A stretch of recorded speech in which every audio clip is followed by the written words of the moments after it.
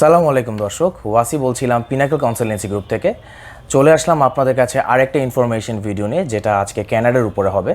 আমাদের সাথে আজকে কোশ্চেনের অ্যান্সার দেওয়ার জন্য আছেন পিনাকল কনসালটেন্সি গ্রুপের CEO mister Khurshid Alam Ripon. Sir কেমন আছেন? সো আমরা স্যারের কাছে চলে যাব আমাদের ক্যানাডা বিষয়ক সকল প্রশ্ন নিয়ে। সো বরাবরের মতোই প্রথম প্রশ্ন আমার থাকবে স্যার, যে কেন স্টুডেন্টরা ক্যানাডা চুজ করবে? Thank you Wasi. জি, আসলে ক্যানাডা কেন পছন্দ করবে এটার অ্যান্সারটা খুব ইজি। আমরা পিনাকেল থেকে আমরা 18 ইয়ার্স ধরে স্টুডেন্ট বাইরে পাঠাচ্ছি। সো নর্মালি আমরা স্টুডেন্ট আসলে দেখেছি যদি কারো ভালো প্রোফাইল থাকে, দ্যাট মিনস আইএলটিএস ভালো থাকে বা একাডেমিক রেজাল্ট ভালো থাকে, তাহলে কিন্তু স্টুডেন্টদের ফার্স্ট চয়েস ক্যানাডা থাকে। রিজন হচ্ছে যে আপনারা জানেন ক্যানাডা ওয়ার্ল্ডের second largest country in terms of location বা এরিয়া, বাট লোক সংখ্যা খুবই কম। নর্মালি আপনারা দেখে থাকবেন যে বাইরে যেগুলো নোংরা পলিটিক্স বা বিভিন্ন ধরনের পলিটিক্স হয়, কোথাও যুদ্ধ হচ্ছে, কোথাও প্রবলেম হচ্ছে, ক্যানাডা কিন্তু এগুলোতে খুব বেশি ইনভলভ হয় না। সবসময় তারা নিজেদের সেফটিটা চিন্তা করে। সো সেক্ষেত্রে স্টুডেন্টদের জন্য একটা সিকিউর প্লেস ক্যানাডা। পাশাপাশি already in terms of quality education তারা কিন্তু অলরেডি আফটার ইউএসএ আর ইউকে তারা কিন্তু সবচেয়ে ভালো এডুকেশন দিচ্ছে।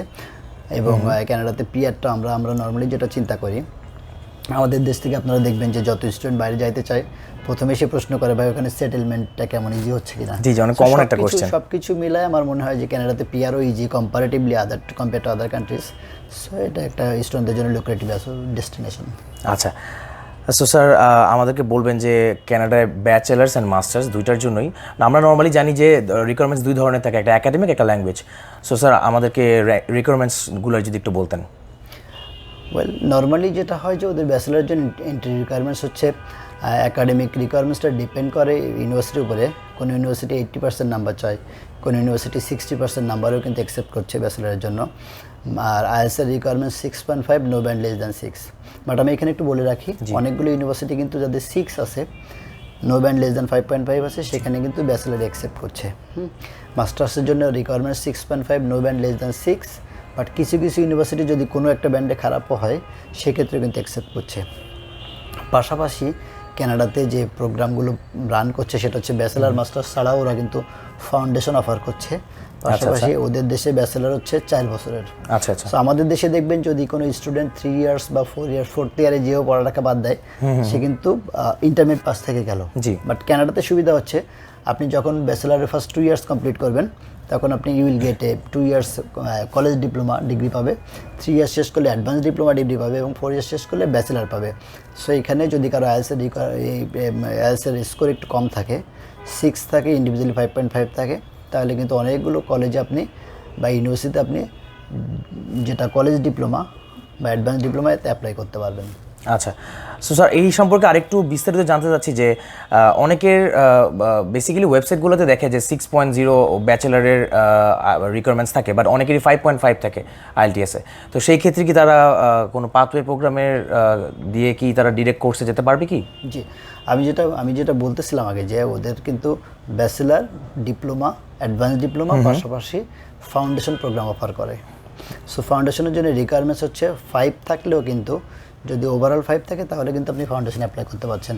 যেমন আমরা অনেকে জানি এফআইসি যেটা আছে, ফ্রেজার ইন্টারন্যাশনাল কলেজ, জি জি, link with leading to bachelor at Fraser International University, জি জি জি, অথবা আইসিএম যেটা আছে, ইন্টারন্যাশনাল কলেজ অফ ম্যানিটোবা, এটা first year International College of ম্যানিটোবাতে, এবং নেক্সট 3 ইয়ার্স যেটা আছে সেটা ইউনিভার্সিটি অফ ম্যানিটোবাতে করতে হবে। সেখানে কিন্তু আইএলটিএস 5 যদি কারোর থাকে, নো ব্যান্ড লেস দ্যান 4 থাকে, তাহলে কিন্তু অ্যাপ্লাই করতে পারবে। পাশাপাশি কিছু কলেজ আছে, ক্যানাডার কলেজ, আরও কিছু কলেজ আছে যেগুলো 5.5, নো ব্যান্ড লেস দ্যান যদি 5 থাকে, তাহলে কিন্তু কলেজ ডিপ্লোমা যেটা আমি বলছিলাম 6 দিয়ে অ্যাপ্লাই করা যায়, সেটাও কিন্তু অ্যাপ্লাই করা যায়। বাট 5.5 থাকলে আপনার তখন চয়েস কমে আসবে। আপনি চাইলেই যদি বলেন সেনেকাতে অ্যাপ্লাই করবো, সেন্টিনেল অ্যাপ্লাই করবো, তখন কিন্তু হচ্ছে না। সো দর্শক, যাদের আইএলটিএসে একটু কম রেজাল্টস আছে, সো আপনাদের দুশ্চিন্তার কোনো কারণ নেই আপনাদের স্কোরের জন্য। আপনারা আইএলটিএস 5.0 বা 5.5এও কিন্তু পাথওয়ে প্রোগ্রামে এন্ট্রি করা যাচ্ছে। সো স্যার আমরা নেক্সট যেটা জানতে চাবো সেটা হচ্ছে যে আইএলটিএসের বিকল্প ব্যবস্থা কি আছে বেসিক্যালি? নর্মালি যেটা হচ্ছে আমি বলে রাখি যে ক্যানাডা এম্বাসির জন্য কিন্তু আইএলটিএসটা ম্যান্ডেটরি না। সাপোজ এখন যদি কোনো স্টুডেন্ট ইউকেতে অ্যাপ্লাই করতে চায়, জি তার কিন্তু আইএলস দিতে হচ্ছে, অথবা অল্টারনেটিভ যেটা হচ্ছে ইন্টারনাল টেস্ট অথবা কিছু একটা দিতে হচ্ছে। জি বাট কানাডাতে যেটা হচ্ছে যে আপনার উইদাউট আইএলসে যদি কেউ অ্যাপ্লাই করতে চায়, সে কিন্তু অ্যাপ্লাই করতে পারবে। আচ্ছা তারা ইএসএল যেটা ইংলিশের সেকেন্ড ল্যাঙ্গুয়েজ যে কোর্সের মাধ্যমে অ্যাপ্লাই করতে পারবে, যেটা ওই দেশে যাওয়ার পরে একটা প্লেসমেন্ট টেস্ট দিতে হবে, দেওয়ার পরে 1টা থেকে 4টা লেভেল, ওদের পার লেভেল হয় 2 মাসে। আচ্ছা আচ্ছা সো স্টুডেন্ট যাওয়ার পরে যারা উইদাউট আইএলসে যাইতে চায়, জি অনেকেই আমাদের প্রশ্ন করেন যে উইদাউট আইএলসে কানাডাতে কেমনে পসিবল। আসলে কিন্তু উইদাউট আইএলসে কানাডাতে পসিবল, বাট আমরা সাজেস্ট করি জি। স্টুডেন্ট আইএলস করে যাওয়ার জন্য। রিজন হচ্ছে ওইখানে কিন্তু ল্যাঙ্গুয়েজ কোর্স ফি যেটা, সেটা খুব কম না, almost equivalent to main course. আচ্ছা, সো আমরা সাজেস্ট করি যে আপনি বাংলাদেশ থেকে আইএলস করে যান, অনেকগুলো বেনিফিট হবে। এক হচ্ছে ওই দেশে যে আপনার ল্যাঙ্গুয়েজের জন্য কোনো কস্টিং দিতে হবে না, পাশাপাশি আপনার ওয়ার্ক পারমিট অ্যালাউড থাকবে। আচ্ছা আচ্ছা বাট উইদাউট আইএলসে যারা আছে এরকম, কাদের আমরা উইদাউট আইএলসে অ্যাপ্লাই করতে বলি, হয়তো স্টুডেন্টটা বাংলাদেশে আছে 3 মাস 4 মাস আইএলসের জন্য ট্রাই করছে, বাট তার ইংলিশ ডেভেলপ হচ্ছে না কোনো ওয়েতে। সেক্ষেত্রে আমরা বলি যে তুমি উইদাউট আইএলসে অ্যাপ্লাই করো, ওই দেশে যে ল্যাঙ্গুয়েজ করে নিও।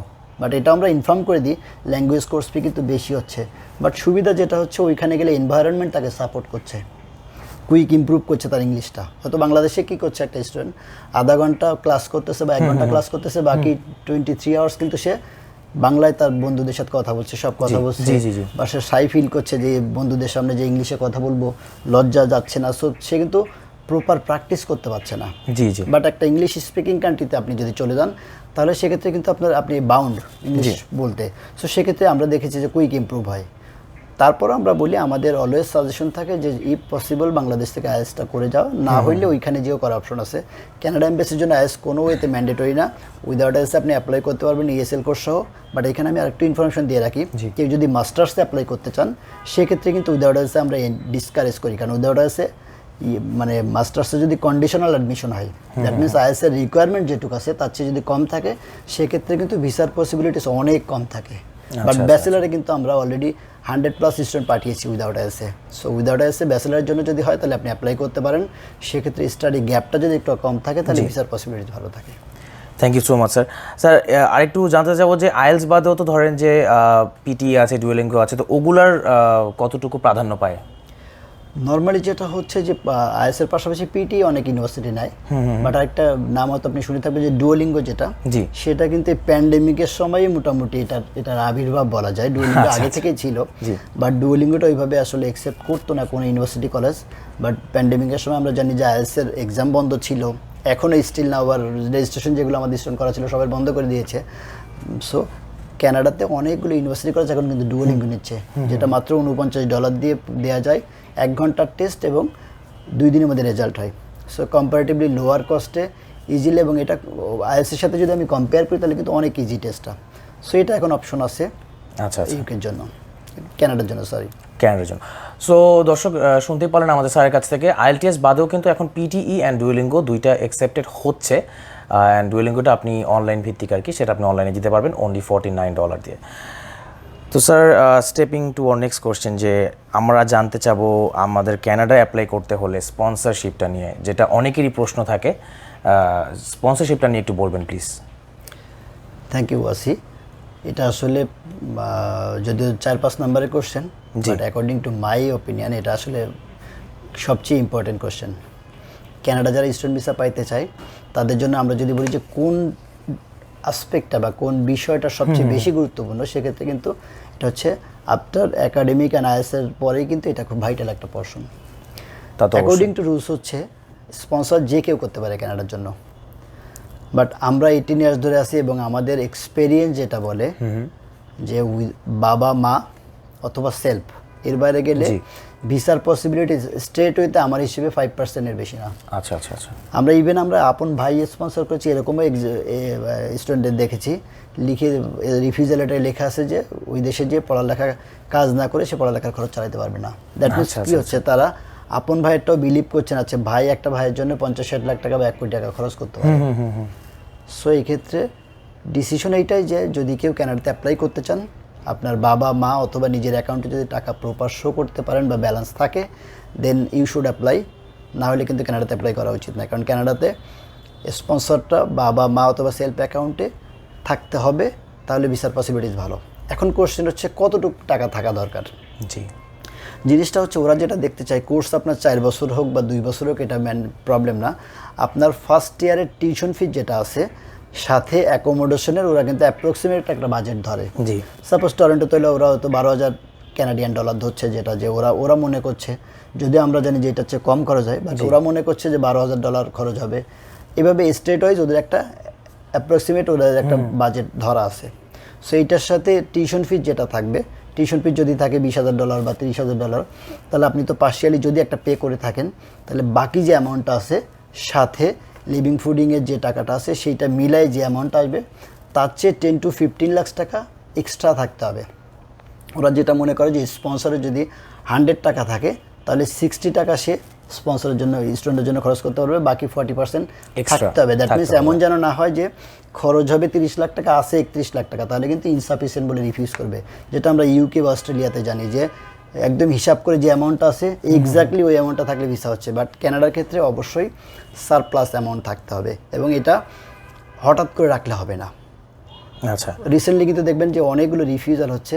অনেকে আছে যে ব্যাংকে টাকা হয়তো এমবাসি জমা দেওয়ার আগে কোনোভাবে কারো কাছ থেকে টাকা নিয়ে 2 দিন আগে রেখে দিল এমবাসি জমা দেওয়ার আগে, দিয়ে এমবাসি জমা দিচ্ছে যখন তার টাকার ম্যাচুরিটি হচ্ছে 15 বা 20 ডেজ বা 1 মান্থ। ভিসা অফিসার কি মনে করছে যে এটা তার টাকা না, যে হঠাৎ করে রাখা।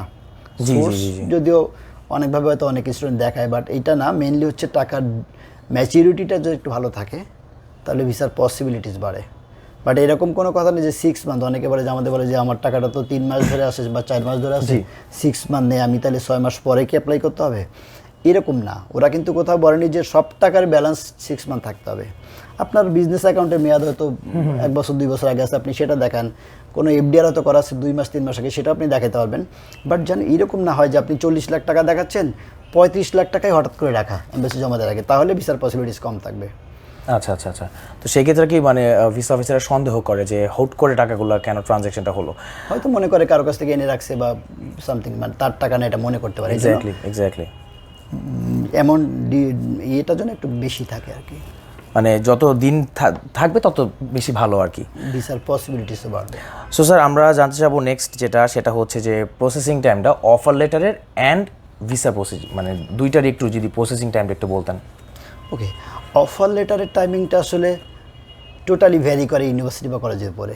সাপোজ আমরা কিছু কিছু কলেজ থেকে উইদিন 24 আওয়ার্সের মাধ্যমে আমরা কিন্তু অফার লেটার পাচ্ছি। জি। আমাদের ফ্যান্সি কলেজে আমরা পোর্টালে অ্যাপ্লাই করলে কিন্তু একদিনের মধ্যে অফার লেটার পাচ্ছি। আমরা ক্যামব্রিয়ান কলেজে 2-3 দিনের মধ্যে অফার লেটার পাচ্ছি। বা অনেকগুলোতে আছে উইদিন 1 উইক্সের মধ্যে অফার লেটার আসে। আবার কিছু কিছু ক্ষেত্রে কোনো কোনো ইউনিভার্সিটি কিন্তু 1 মাসও টাইম নেয় অফার লেটার দিতে। বাট এক্ষেত্রে একটু বলে রাখি, যদি ব্যাচেলারের জন্য কেউ অ্যাপ্লাই করেন তাহলে অফার লেটারটা মানে একটু দ্রুত আসে। বাট মাস্টার্সে যারা অ্যাপ্লাই করবেন তাদের কিন্তু একটু প্যাশেন্স থাকতে হবে। যদি আপনি মাস্টার্সের জন্য কোনো ইউনিভার্সিটিতে অ্যাপ্লাই করেন, এক্ষেত্রে কিন্তু 1.5 থেকে 2 মাসও সময় লাগতে পারে। আবার যদি কেউ পোস্ট গ্রাজুয়েশনের জন্য, কেউ পিজিডি কোর্সের জন্য, যেটা গ্রাজুয়েট সার্টিফিকেট বলে ম্যাক্সিমাম কলেজে, এটাতে যদি অ্যাপ্লাই করেন সেক্ষেত্রে হয়তো কলেজ হলে কুইক অফার লেটার আসবে, বাট ইউনিভার্সিটি হলেও অ্যাটলিস্ট 1 মাস টাইম লাগবে। আচ্ছা। আর বাকি প্রসিডিউর যেটা হচ্ছে আপনার গেটিং অফার লেটার, আপনার প্রসিডিউর কী থাকছে, আপনাকে টিউশন ফি যদি পাঠাইতে হয় টিউশন ফি সেন্ড করে দিচ্ছেন, স্পন্সর রেডি করে এমবাসিতে জমা দিলে এমবাসি 4 সপ্তাহ থেকে 11 সপ্তাহ পর্যন্ত সময় নিতে পারে। আচ্ছা আচ্ছা। বাট 11 সপ্তাহটা হচ্ছে আসলে এটা হয়তো রেয়ার, 100 জন জমা দিলে হয়তো 10 জনের 2 মাসের মধ্যে 2 মান্থস লাগতে পারে। বাট নর্মালি যেটা হয় 1 থেকে 1.5 মাসের মধ্যে রেজাল্ট হয়ে যায়। সো যদি ওভারঅল প্রসিডিউরের টাইমটা আমরা বলি 2 থেকে 3 মাসের মধ্যে আশা করা যায়, যদি কোনো ক্রিটিক্যাল কেস না হয় যে ইউনিভার্সিটি অনেক টাইম নিয়ে ফেলছে, এরকম যদি না হয় তাহলে 2 থেকে 3 মাসের মধ্যে রেজাল্ট হয়ে যায়। তো স্যার এই ক্ষেত্রে যে আনুষঙ্গিক যে খরচগুলো ওগুলো নিয়ে যদি একটু বলতেন, ধরেন টিউশন ফিস তো পাঠিয়ে দিল, সো এর বাদে আনুষঙ্গিক যে খরচ আছে সেগুলো সম্পর্কে একটু বলতেন প্লিজ। ওকে, ক্যানাডার টোটাল কস্টিংটা একটু বলি। প্রথমে যদি অ্যাপ্লাই করার সময় একটা ফিস থাকে, অ্যাপ্লিকেশন ফিস থাকে, এক্সেপ্ট কিছু কিছু কলেজ আছে যেমন আইসিএম, এফআইসি, তারা কোনো অ্যাপ্লিকেশন ফি নেই। বাট ম্যাক্সিমাম কলেজ ইউনিভার্সিটিতে $100 থেকে শুরু করে $250 বা $300 পর্যন্ত অ্যাপ্লিকেশন ফি থাকে।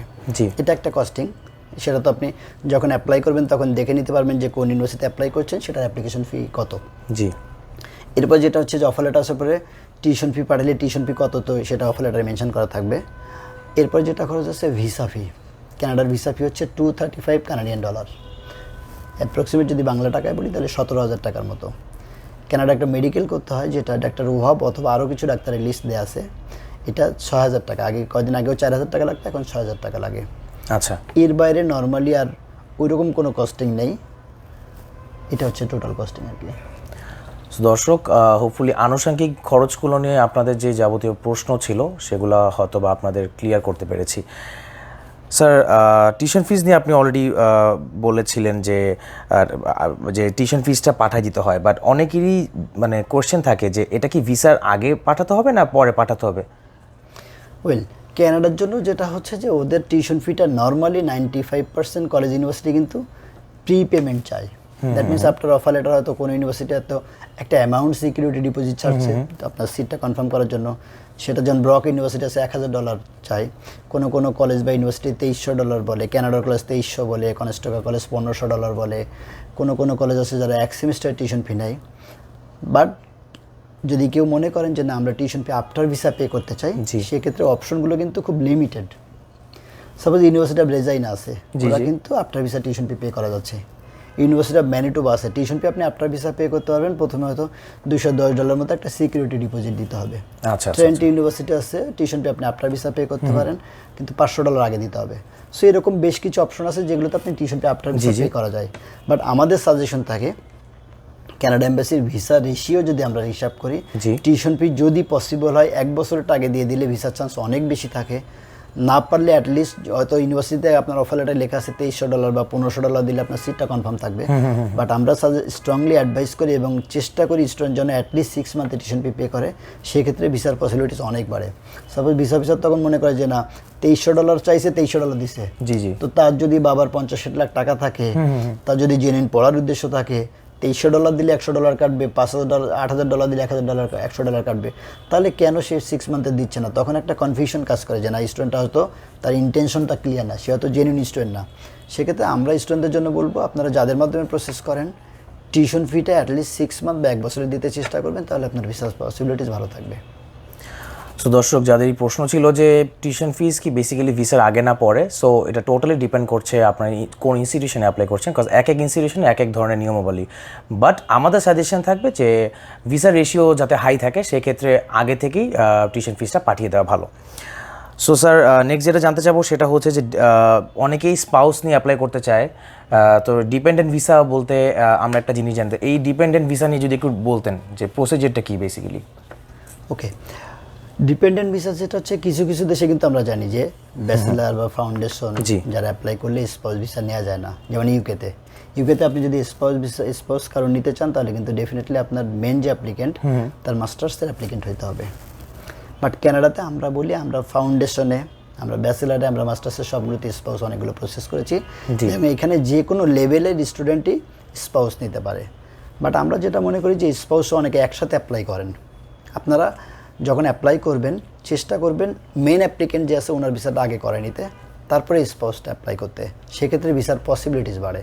নাহলে একসাথে অ্যাপ্লাই করলে মনে করবে যে আপনি টোটাল ফ্যামিলি সহ যাচ্ছেন, সেক্ষেত্রে আপনার দেশে কামব্যাক করার যে এটা সে প্রবাবিলিটি কমে যায়।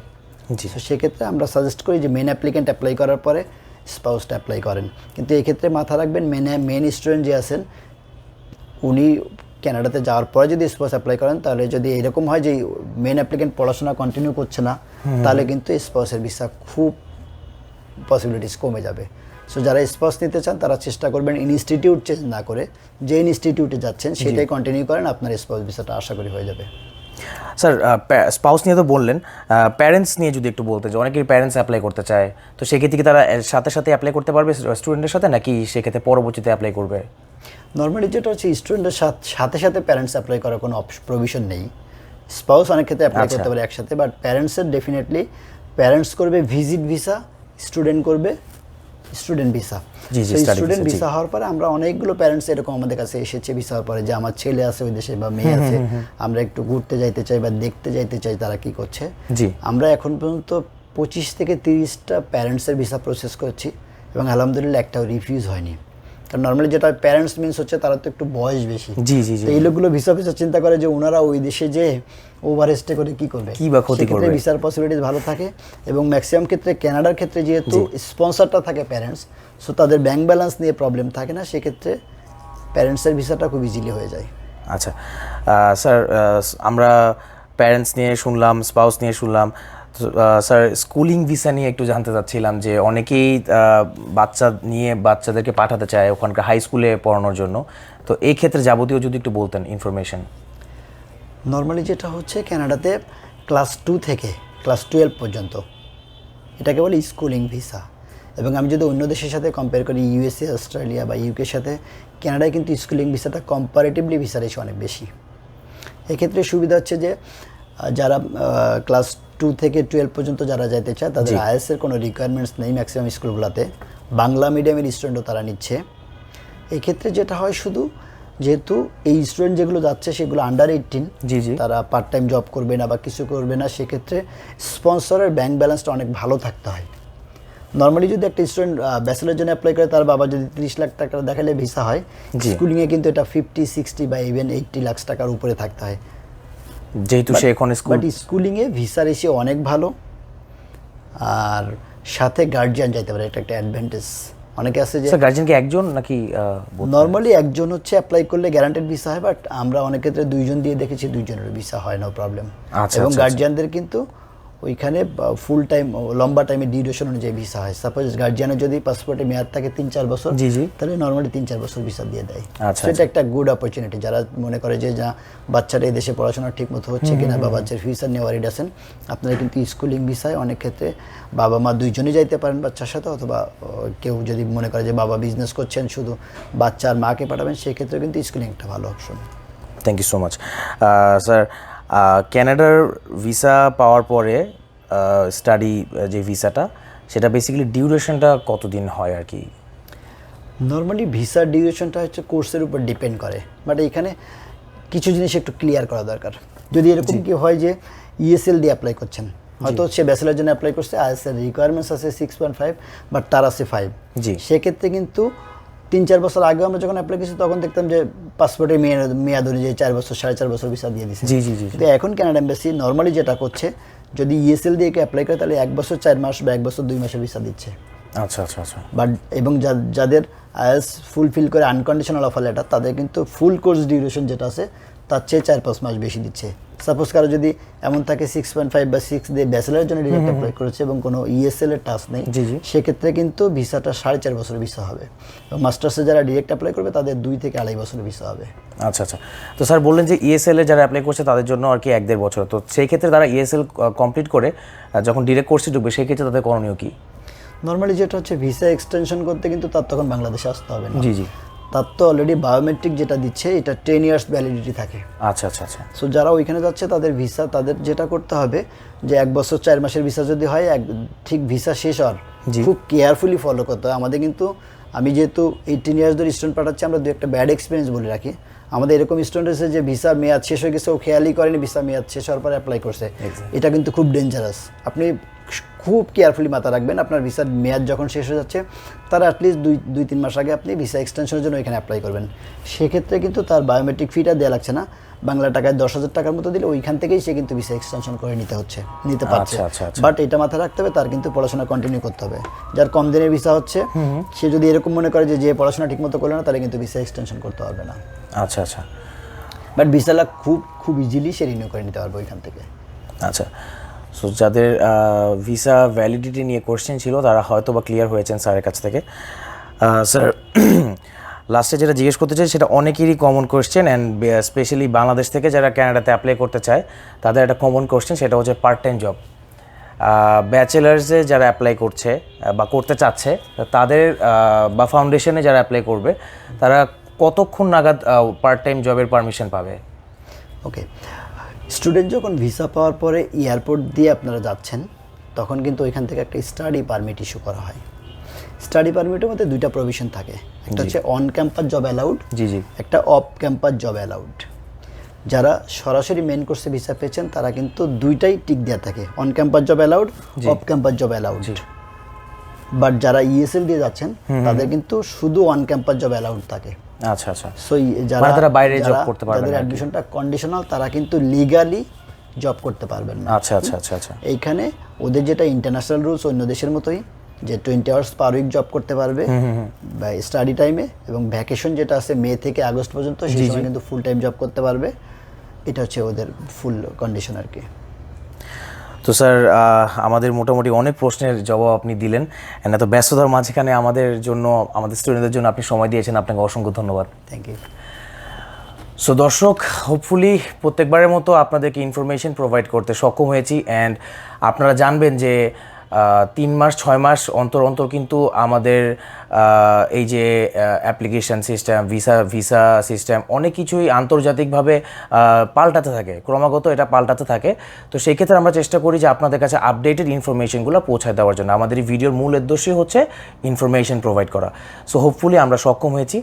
আমাদের ইনফরমেশন যদি আপনার কাজে লেগে থাকে, পরবর্তী যে কোনো ভিডিওর জন্য আমাদের চ্যানেলটি সাবস্ক্রাইব করবেন। আমাদের সাথে আপনি কন্ট্যাক্ট করতে পারেন আমাদের ফেসবুক পেজে, অথবা আমাদের সাথে কন্ট্যাক্ট করতে পারেন আমাদের ফেসবুক পেজ থেকে। আপনারা আমাদের মোবাইল নাম্বার পেয়ে যাবেন, কন্ট্যাক্ট নাম্বার পেয়ে যাবেন। সো আশা করি আপনারা সবাই ভালো থাকবেন, সুস্থ থাকবেন।